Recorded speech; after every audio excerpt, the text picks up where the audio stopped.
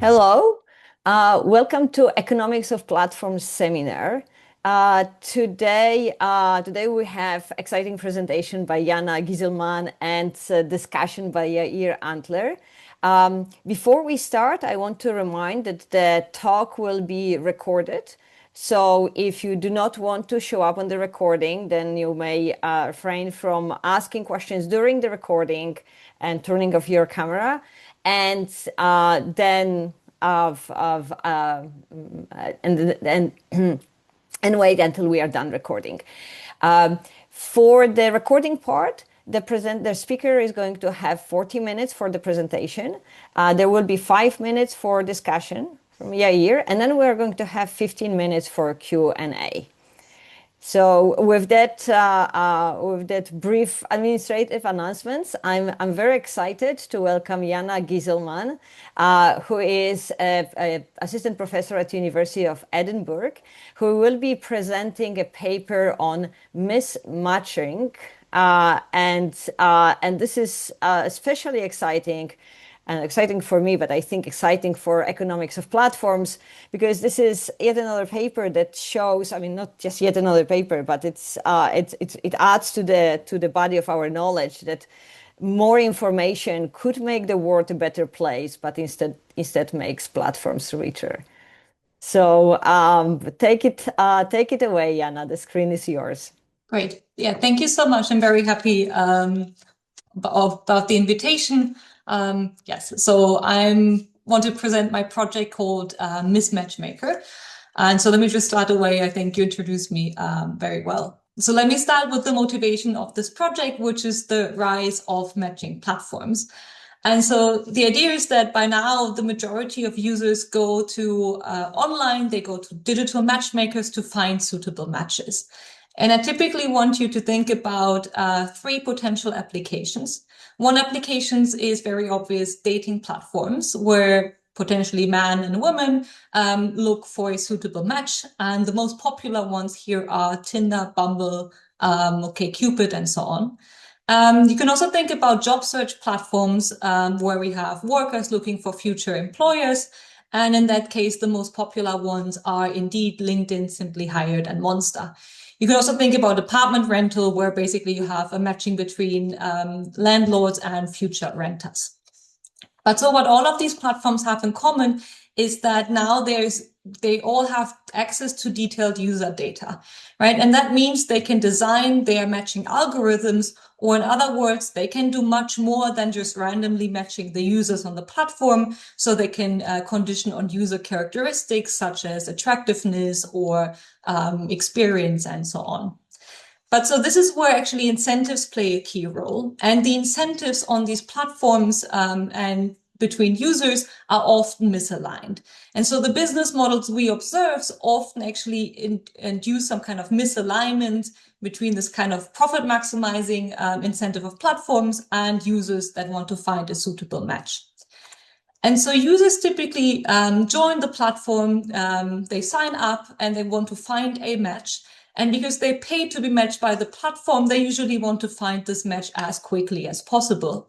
Whereas on the other hand, under common business models, platforms actually earn money as long as users keep being active and do not find a suitable match early on. So in this case, you can just think about advertisement, where we want the user to see the advertisement repeatedly to get the money from the advertisers. And so what I will do, and I will clarify this in a little bit, but I will basically look at how these misaligned incentives affect the platform's matching role. And then I will try to explain why we actually observe these misaligned incentives and why not some business model where incentives would be more aligned. But so before I go into this, let me just say that apart from this being an academic interest of mine, this has also been picked up by the popular press. And so especially in terms of dating platforms, there have been a couple of newspapers articles which kind of say, well, these apps are worse than ever, or the worst they have been. And some of them point out that essentially on these dating apps, there's a core contradiction between their mission of matchmaking and money making, or how the New York Times put it, the purpose many users believe is to keep them as paid users for as long as possible. And so how do I connect it with this? So in my paper, I have a two-sided matching market. So for example, man and woman, or employers and workers. And there's a monopoly market monopoly platform which intermediates these two market sides, and that monopoly platform commits to a certain matching rule. And so I study the two most prominent business models, which are either an advertising-based business model, where you think about the platform choosing some kind of advertising intensity, so kind of the amount of ads that users see in every period. And I assume that the platform has somehow decreasing returns from advertisement. So doubling the amount of advertisement doesn't necessarily double the amount of revenue, but rather there's somehow like a concave revenue function behind it. The other prominent business model is a search fee business model. So you can think about the platform choosing a fee that is paid in every period. So you can think about a monthly payment, so a monthly membership, or a kind of a fee per click. So on some platforms, you have kind of these click per match fees. And in this case, somehow this is just a one-to-one transfer from the consumers to the platform. And so given these business models, what about users? So I assume that users differ in their characteristics. So users might differ in their attractiveness. There might be high attractive types and low attractive types, and their search is costly. And so search is costly because either they pay the search fee, or in the case of advertisement, they experience some small disutility from watching advertisement in every period. I assume that actually these characteristics are complements. So what does it mean? It just means that kind of the benchmark optimal matching is positive assortative. So if you think about high attractive users and low attractive users, kind of from a social perspective, the optimal matching would be that the high attractive users leave the market together and the low attractive users leave the market together. And that comes from the assumption of the complementarity.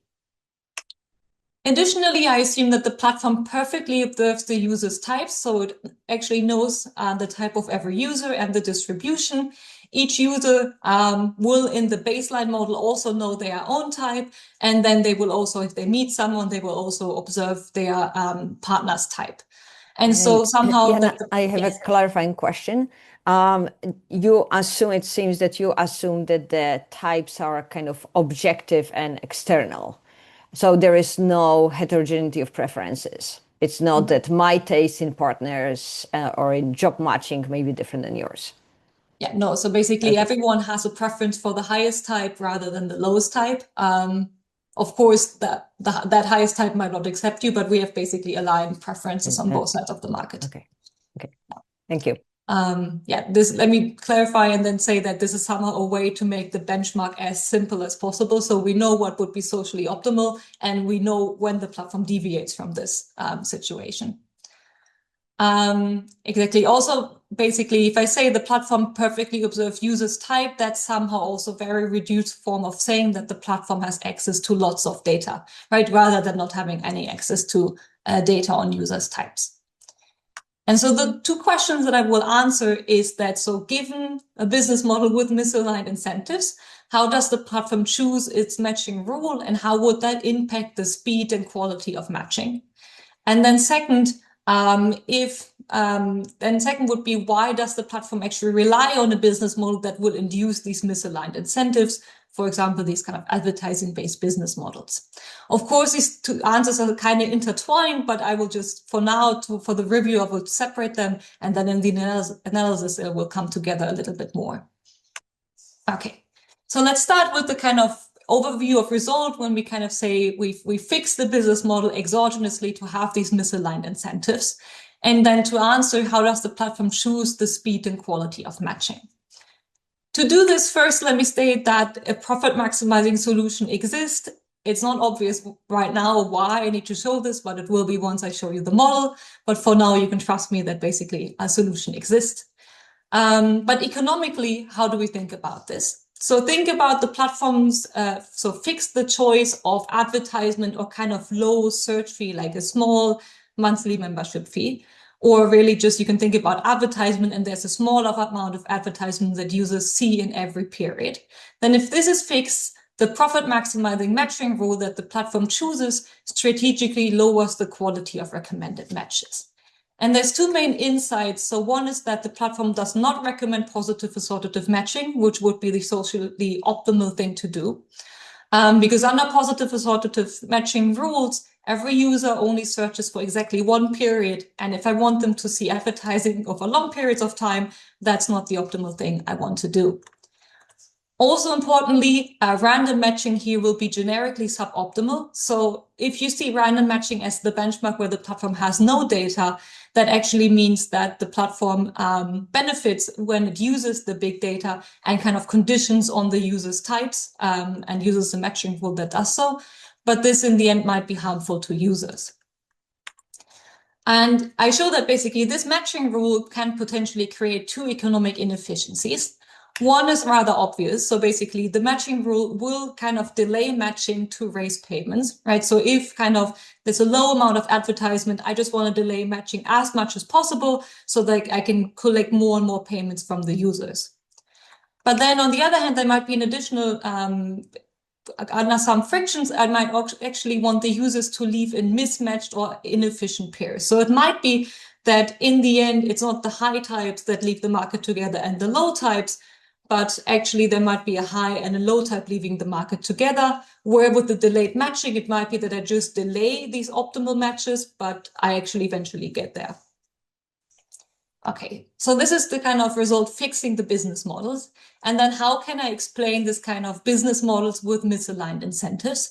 And for that, basically the question is, so which business model here maximizes the platform's profit? And there's one really obvious answer, which is, why don't I just do the socially optimal thing, basically positive assortative matching? In other words, basically, I give everyone their perfect match, and then I charge really high type-dependent search fees or fees and just extract the full surplus. Right? This would be socially optimal in terms of quality and also in terms of speed, because everyone just joins for one period, accepts the match, and then leaves. And the platform can collect the total surplus from the user that it can, right? Given that it can't collect the outside option, but it can collect the total surplus from the match. And what I then show is that actually, if you think about an advertising-based business model, this might be more profitable, right?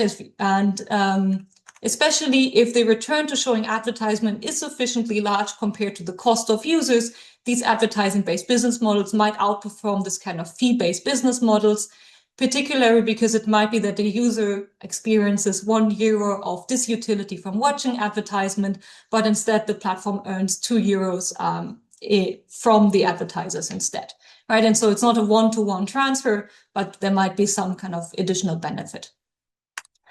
And so in that case, if the platform prefers advertisement, then it actually wants users to see a lower intensity of advertisement over a long period of time, but that actually leads us back to the previous slide. So in that case, again, more access to data can lead to less satisfying matches and these kind of inefficiencies from matching. So this is basically the main answer. I do have an additional answer, which basically extends the main model and says that, well, in the main model, everyone will be rational. Everyone knows their type. But if you think about a few overconfident users joining the platform, where the overconfident would overestimate their own attractiveness consistently, then this might actually induce the platform also to set lower fees. And the reason is that the overconfident users, they underestimate their expected search time on the platform.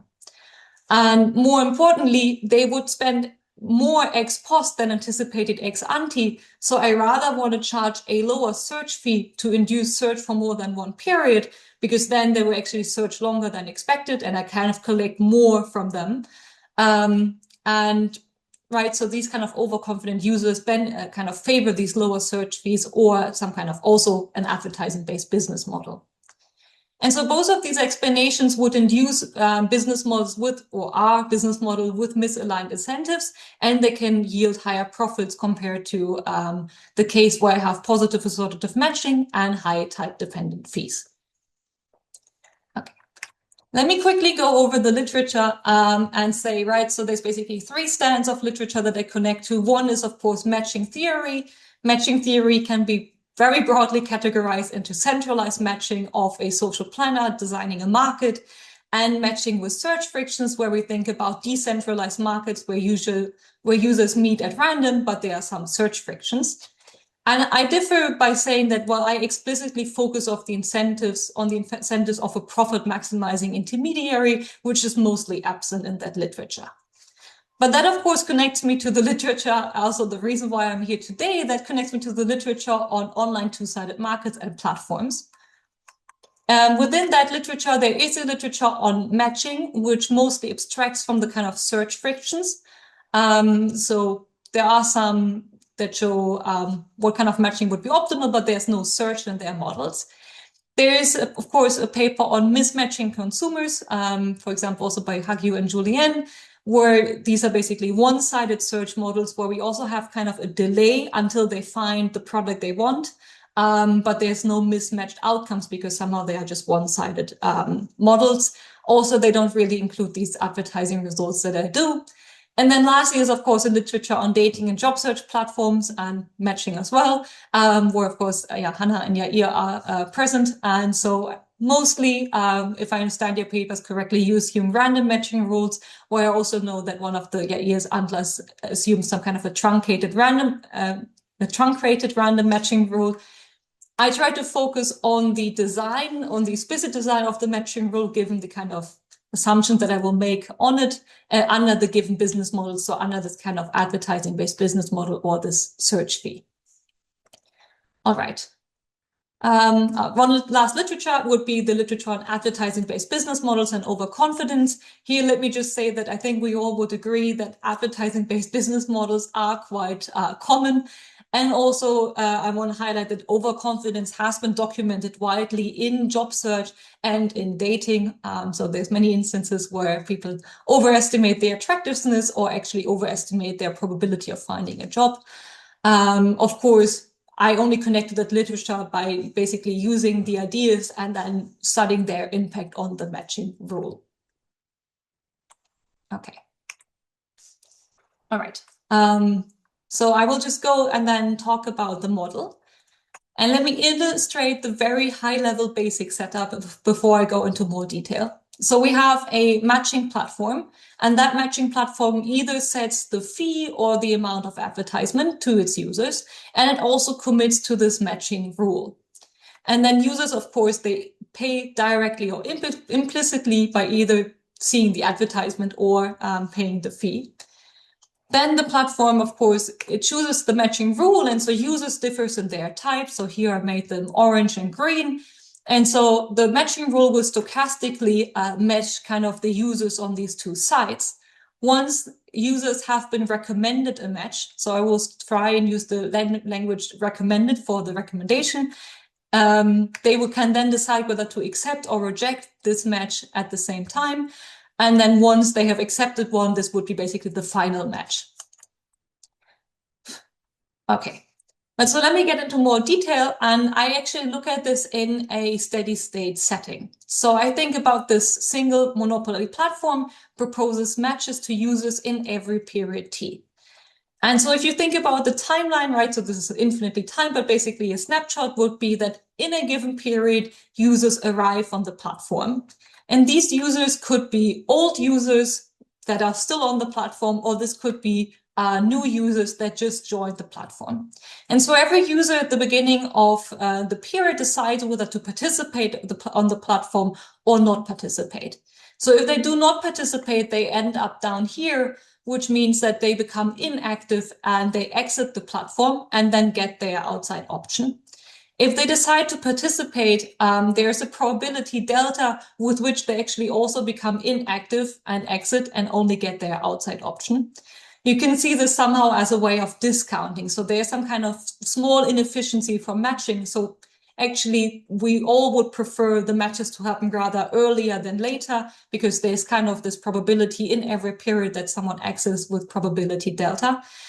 If you could also rephrase, and this is the probability of agents dying, but this might not be super appropriate, but you can think about it more as kind of discounting. And so if agents participate and they are active, which happens with probability 1 minus delta, they need to pay the cost to the platform. So either, again, that's the search fee, or that's the kind of disutility from seeing the advertisement. Once they have paid, they receive a proposed match from the platform that they then meet. Upon meeting, they can decide simultaneously, do they want to reject or accept that match. If both users accept the match, they exit in a match, they're happily ever after and are out of the market. If one of them rejects, both agents continue searching. And so in a steady state, in the end, the agents that continue searching are equal to the mass of old users basically on the platform. And this kind of mass is also constant in a steady state. Moreover, in a steady state, the mass of new users will balance the mass of users that exit. Okay, so let's do the last ingredients: agents, platforms, and equilibrium. And so agents are either of a site A or B, and each agent has a one-dimensional type. And I assume here types to be finite, so this could be something between 1 and n. The payoffs are as following. So each agent has an outside option omega, which is type dependent, and the match utility is just the product of my type times the type of my partner, right? So this is just kind of the complement assumption. And then each agent will also pay this type-dependent search cost as IK. And so agents will play time and history independent strategies according to the steady state that I showed you before. And so the most important part of that strategy is the probability of mutual acceptance, which will be denoted by alpha. So that's the product of the probability that a type X accepts a type Y and the probability that Y also accepts X, right? So this is the probability of mutual acceptance. On the other hand, the platform will choose the type-dependent search cost SIK that the users pay, and they receive a revenue per search, which is new. If we have advertisement, this is increasing and strictly concave, kind of the decreasing returns that I hinted at. And if this is a search fee, this is just the identity function, so really just a one-to-one transfer from the agent to the platform. So given the search cost, the platform will commit to a matching mechanism, which I will illustrate on the next slide. Of course, the platform discounts future profit and maximizes this profit. So because we already chose delta for the agents, now the platform discounts profits with respect to rho, but that's not super important, to be honest. And it maximizes the profits. And the profits are the revenue per type. And that's the mass of active users of each type. And so this is the steady state mass of active users. So F will always be the mass of a type. And so then, of course, the platform sums this over all types and then, of course, both market sides, right? So this is just a sum over each of these components. And just as a kind of rule of thumb, so in the end, the longer users search, the more active users are on the platform, because kind of the amount of users on the platform is inversely related to the, it's directly related to the length of search. Okay, so lastly, the platform decides on a matching mechanism M, and so this consists of stochastic and feasible matching rule. And so let me first say how I define it and then define feasibility. So first, so the conditional matching probabilities are denoted by small phi. And so this would be the conditional probability that a type X meets a type Y. And so this is just a probability measure over the types on the other side of the market and potentially their outside option, where I assume that if a type meets their outside option, that's equivalent to saying they basically meet no one. So this would be basically a blank screen on your phone, which I think should not happen, but I will illustrate this. And so under this matching rule, I can also write this as the mass of recommended pairs. And so the mass of pairs ik and j minus k is just the mass of a type times the conditional probability that that type meets exactly the type from that pair. And it will be very convenient to really talk about the mass of the pairs instead of the conditional probabilities. And so then, just for now, I can explain this under symmetry. What I assume is that agents receive one proposed match in every period. So if the market size are of equal size, I assume that each agent will always be recommended exactly one agent from the other side in every period. So it will never happen that I see a blank screen. And so the reason behind it, or the idea behind it, was that essentially all these platforms need to keep my attention, right? If I want to show users advertisement, I really want them to be on the platform and see and kind of grab their attention by giving them some kind of recommendations. Because if nothing is going to happen, I might just also switch off the app, right? I think which is also tightly linked that actually that's what platforms do, right? You always get a lot of choices and they kind of trigger this fear of missing out if you're not on the platform. And this only works if there really is a recommendation and if I'm not just sitting there and getting nothing.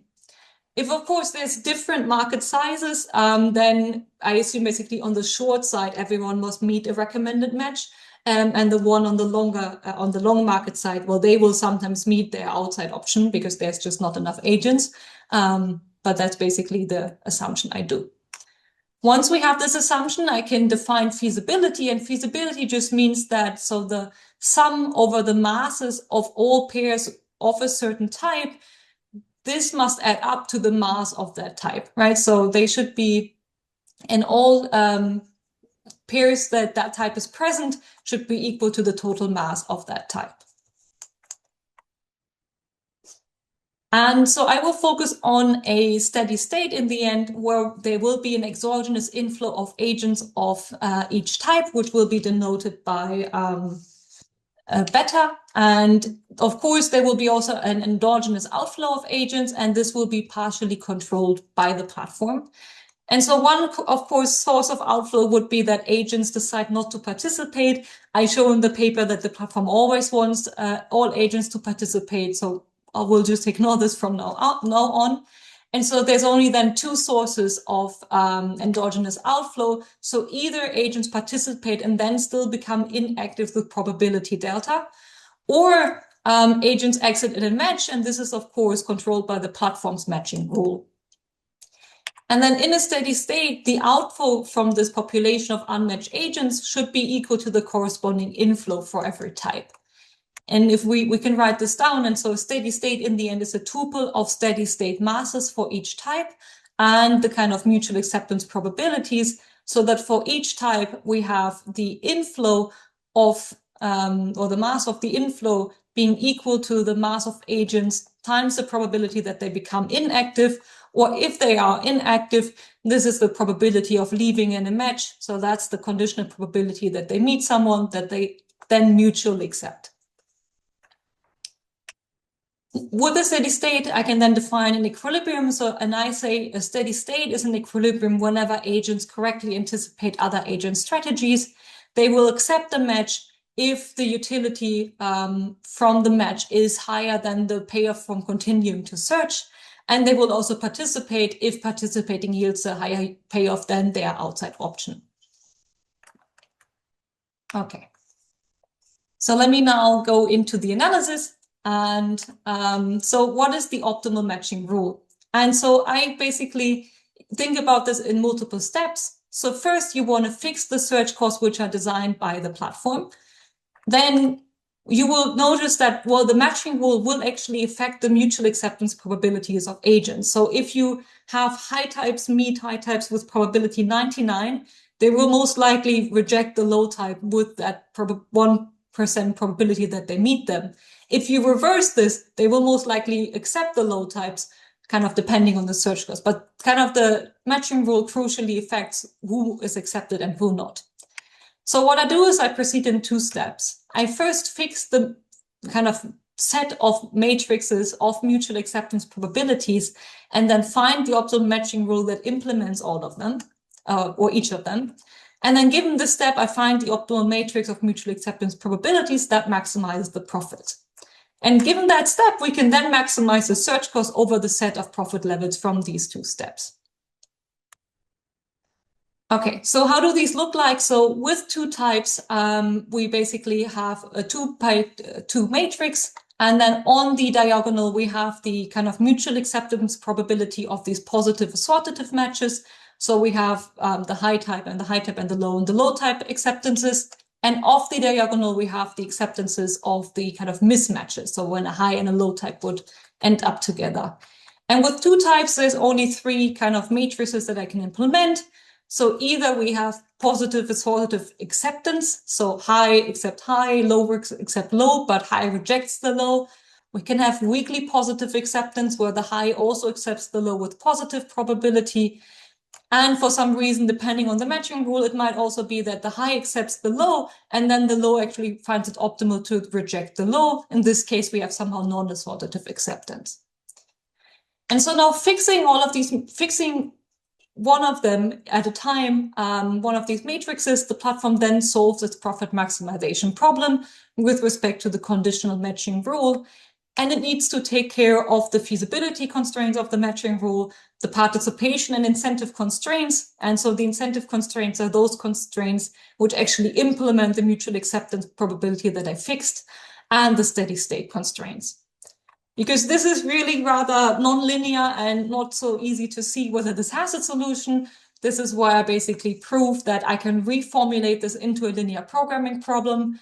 Then I don't look at the conditional matching probabilities, but the masses of recommended and matched pairs. And this allows me to rely on these tools of linear programming, and then I can show that there exists an optimal solution. Okay, but finally, I want to get to the economics. And so let's start with the first result, which is random matching. And so I show that if there's at least more than one type on each market site, otherwise random matching is a little boring, then random matching is generically suboptimal if I have either exogenously search costs fixed by someone else, or when I have an endogenous search fee, or also with advertisement when I consider this kind of class of advertising function, which are parameterized by this, well, maybe we shouldn't call it alpha, but alpha in this case. And here generically suboptimal is basically, so the case in which random matching is optimal occurs with probability 0 when I draw my parameters of the model from a continuous interval. And so what I learned from this is exactly that. So if the platform has access to data about users' types, then generically the platform makes higher profits by using exactly this data. And that means the matching rule really wants to condition on the user's types rather from refraining from using any of this user data. Okay. Let me get to the second result, and basically the, I think, most important matching rule in that literature almost, which is next to random matching, which is positive assortative matching. So if you have symmetric market sites and you have, for example, high and low types, positive assortative matching maximizes the aggregate match surplus given the complementarity, which would mean high types meet each other with probability 1 and low types meet each other with probability 1, given that everything is symmetric. And then this is profit maximizing if the platform can charge arbitrarily high type dependent search fees. Right, so if the platform has pricing power, it can extract the full match surplus from agents, and I really just want to maximize the match surplus to just extract it. So in this case, agents only search for one period because they also know that they only get recommended this agent and they pay this high type dependent fees. However, if you consider the platform not being able to set these high search fees, for example, if there is a binding price ceiling, then PAM might actually be suboptimal. And so I showed that basically for every type except the lowest type, I can find a threshold, a kind of price ceiling, such that if the search fee must be below that price ceiling, PAM is suboptimal. And so the idea is that here, right, the platform can no longer extract the full surplus for at least one of the types. So the price ceiling must be below the full match surplus. Otherwise, it's not binding at all.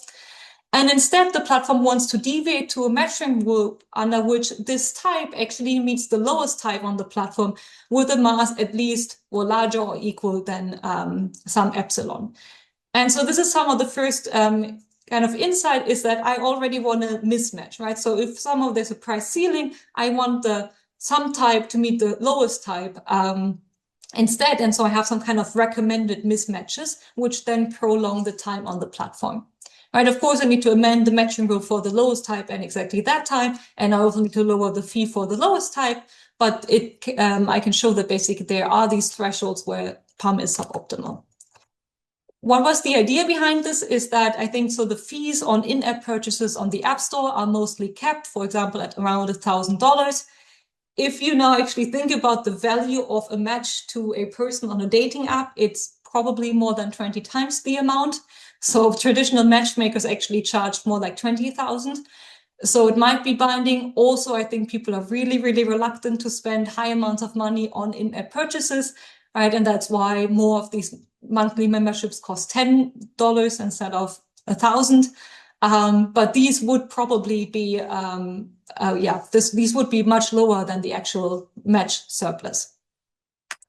The second point I want to try to make is that so PAM is also not profit maximizing with the search fee if I can only set n-1 search fees, right? So if I can set n, basically again I have full pricing power, but now assume I can set only one less. And in this case, I couple the incentives of at least two types together because now at least two types face the same search fee. In this case, the platform can still do PAM and extract the match surplus from all the other types, but for two of them, it will need to set the same fee. And for those two, I actually want to choose a matching rule that creates one of the two inefficiencies. And so either I want to delay matching, right? And I recommend mismatches. So basically, I recommend these two types to each other while they still reject each other, right? And that somehow delays my matching because now I only wait until I find my right match. Or I might also mismatch these pairs. And so in the extreme, it might be that I always want to mismatch them directly together and they don't see their own type at all. They just meet the mismatched type. And then I basically charge them the fee that kind of is equal to the value of this match instead. And so as long as I don't find it optimal to exclude one of these types, I will have one of these two inefficiencies. Yes. And so let me say the idea behind this was that, well, actually pricing usually is quite complex and setting up payment systems. If we have 200 types, might be quite unfeasible for a platform. So I mean, usually we rather observe platforms having like 2 or 3 tiers instead of 20. Okay. So let me do the last part on positive assortative matching and advertisement. And so this will be the case where basically with advertisement, positive assortative matching is also suboptimal. And here I can find a threshold on this kind of exogenous attrition such that this is the case. And here the main idea is that, well, again, under positive assortative matching, agents search only once. So if I want to extract the highest profit with PAM and advertisement, I need to set the highest possible search cost. But because of the concave advertising returns, this is rather unprofitable. So I really want to trade off reducing the search cost again and then increase the mass of participating agents. However, due to this exogenous attrition of delta, there is a kind of loss in profits. So whenever this is too high, I'm no longer willing to trade this off, right? So I kind of need a low attrition, right? If the attrition is 99%, then this is of course not profitable, but whenever I'm below, I'm willing to trade this off. And so then again, I actually might have these two inefficiencies. So I might want to recommend and foster these kind of mismatches. So let me do the one explanation that I want to actually get at, which is basically the advertising-based business model. And so you can basically do this. Jana, just heads up, you have 5 minutes. 5 minutes. Okay. No, that's perfect. So with the advertising-based business model, if I have a type-dependent fee, sorry, now I got confused. So basically, I want to explain why the advertising-based business model, or when does it make higher profits? So again, consider the benchmark where I choose high type-dependent fees and do positive assortative matching. Right. In this case, I kind of extract the value from the positive assortative match over the outside option. Now, what happens with advertisement? With advertisement, I showed that the platform does not want to do PAM, but it wants to induce search from agents. And so now basically, if the return to advertising per unit of this utility outweighs the inefficiency from the matching process, then advertisement is profitable. And so you can calibrationally show this, or basically if you can also make some assumptions on the return, but just overall, this would be something how it would look like, right? So this is the return to advertisement over the cost of it. This would be the surplus that the platform can extract with the fees, and this is somehow the stand. This is just a kind of saying, well, this would be there should be the surplus from the non-PAM matching with advertisement. And let me just highlight why there is some kind of inefficiency. So if I want to induce search on the platform, in the end, I can only extract anymore the match premium from all types except the lowest. From the lowest, I can still extract the whole surplus if I want to. But from all the other ones, I kind of need to give them kind of a decoy to actually induce matching, to induce search. So if I want a high type to search on the platform, I actually need them to reject the low types. But that means that now kind of the kind of surplus I can extract from a high type is the value of the match from the high type, or kind of the match that he gets an expectation, minus the match with the low type, because I want him to reject to actually search, but that kind of lowers the amount of surplus that I can extract. And it might be that if the outside option is 0 and the match surplus with the low type is positive, that this actually limits my surplus that I can extract. However, again, if the kind of return is large enough, actually these advertising business models can be or can outperform a business model with these type dependent fees. Because I actually want to conclude, let me just say, well, with overconfidence, you can basically add a little bit of overconfident users into the model, which are basically high types, but which think that they are high type, but they are rather a low type. I assume in the model that the platform could identify these overconfident users.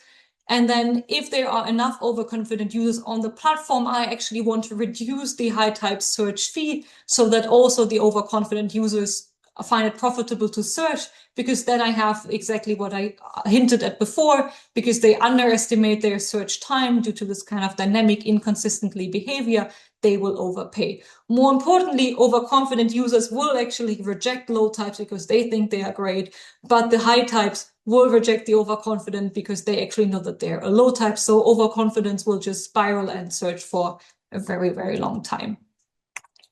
Okay, so to conclude, I show that, well, if platforms now have access to data about users' preferences, this can actually lead to worse market outcomes. And so if the platforms can now tailor their matching algorithms and they want to use this data, these platforms can be an additional source of mismatch in markets. I think we should care about these inefficiencies. So both the late matches and distorting matching outcomes are relevant in labor and dating markets. So maybe stretching it a little bit here, but let me just say that, well, delayed matching in labor markets would lead to prolonged vacancies or unemployment. In dating markets, this has higher social and emotional costs. Mismatch has been shown to impact productivity negatively. It actually has been shown to positively affect household inequality in the sense that it lowers it. But so this is just why I think we actually should care about these inefficiencies. Overall, I showed that advertising and overconfident users can rationalize these business models. But I think the main point is that given persistent market power in these markets, platforms actually have no incentives to provide better matches. Great. Yeah, thank you so much. Fantastic, fantastic. So now we'll have a 5-minute discussion from Yair Antler Yes. from Tel Aviv University. And Yair, I understand you do not have slides. No, Okay. follow the Let's see. instructions. Okay. Okay. Looking forward to the discussion. All right, You shall have I 5 minutes. start? Yes, you have 5 minutes. All right, so first, thank you, Jana, for a very clear presentation. I have to say that I really enjoyed reading the paper. I mean, I might be biased here. I worked on these topics, and in the last few years, I've also been an active user of dating apps. But I find the topic very timely and important. Now, let me start with say, the big picture. Dating apps have become a major matching institution. So, for instance, since 2019, over half of newly married couples in the US met online. Yet we also know that many users do not find a partner on these apps. For instance, according to Pew Research Center survey, roughly 1/3 of dating app users have never met anyone from the platform. So there is clearly some matching inefficiency, and I think that this paper speaks directly to this gap. Now, from the perspective of the matching literature or search and matching literature, one natural reference point is Bloch and Ryder's IER paper. It's a paper that is mentioned in Jana's paper, but I think could be discussed more explicitly. It is the first paper, at least to my knowledge, to study matchmaking within a search and matching framework. And the main insight in that paper is that only the more desirable agents choose to pay for matchmaking. I think that this provides a useful benchmark for thinking about who uses dating apps and why. Now, the present paper takes a completely different and very interesting approach. Instead of focusing on users' incentives, it focuses on the matchmakers' incentives or on the platform's incentives. Now, conceptually, if you think about dating apps, they change two fundamental aspects of matching markets. First, they dramatically expand the set of potential partners that one can meet in a short span of time. Second, at least in principle, they aim to provide better matches. Now, this paper focuses on the second dimension, the incentive of the platform to provide the best possible matches. Now, the model assumes vertical heterogeneity and multiplicatively separable payoffs, which yields positive associative matching both without frictions, as in the classic Becker model, and also under random search, such as in papers such as Bardet and Cole's QJE paper from '97. Now, a key contribution of the present paper is the result that random search is not optimal for the matchmaker, which I view as a strong and interesting statement about standard search and matching models. The paper further shows that with a price cap, inducing directly positive associative matching or PAM is also not optimal for the platform, which I also think is a strong contribution. Now, I do have one minor concern about the justification for the price cap. The current motivation is the App Store limitation of $999, and I think that this is not very convincing. I mean, if you think about the prices charged by dating apps, and unfortunately I know it firsthand, they are typically far below that. And I think that the economic interpretation of the cap could benefit from a more behavioral or institutional justification. Now, another point concerns competition. The paper assumes a single platform, something that my own work also does. But in reality, Match Group, while dominant, is far from being monopolistic. Match Group owns Tinder and OkCupid and some other apps, but they are far from being monopolistic. Now, if a monopolistic matchmaker has an incentive not to provide the best matches, one could think that competition might counteract that. Now, I do not have an easy solution here. There's a reason why I focus on monopolistic markets in my work. But I think that some comparative statics on users outside options, even in an example, might shed light on this issue. Now, a final minor comment is about the nature of the results. I view the negative result, namely the misalignment between the platform's incentives and positive associative matching or random search, as the core contribution. About the positive results, I think that they rely on restricting the matchmaker to policies that admit a steady state equilibrium. Now, I don't think that Jana got to that in the presentation, but there is no particular reason a platform must restrict itself in that way, I mean, aside from tractability of the model.